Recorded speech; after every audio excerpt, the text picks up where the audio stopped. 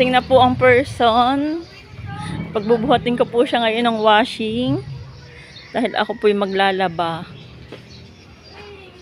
Ayan po, magbubuhat po siya. Baka po mabali ang kanyang buto at hindi po yan sanay magbuhat.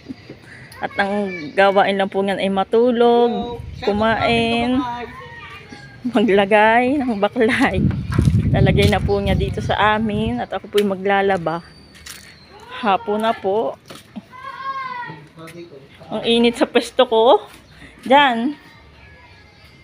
Oh, yung isa pa. Dryer. Makatin ka baklay. Pakainit po ngayon.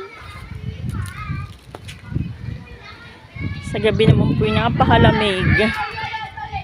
Kukunin naman po niya yung dryer. Kami po yung nanghihiram lang sa ngayon ng washing at dryer. At nasira po ang aming washing at dryer. Hindi pa po si mama nakakabili. Dito sa Pilipinas. May pa ako. Nag-Amerika na lang. Yan po. Mababalian ho ng buto. Talaga pong hindi kayang, hindi ako nagbubuhat.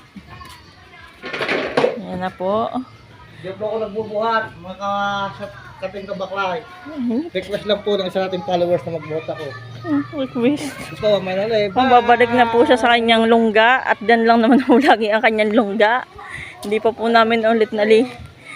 Yan po. Ayaw po ay magra-rides muna ngayon at mag-iikot-ikot. Bye!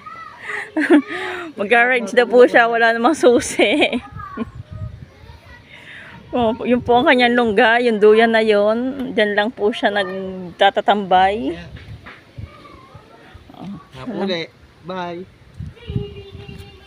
Sarili ka naman.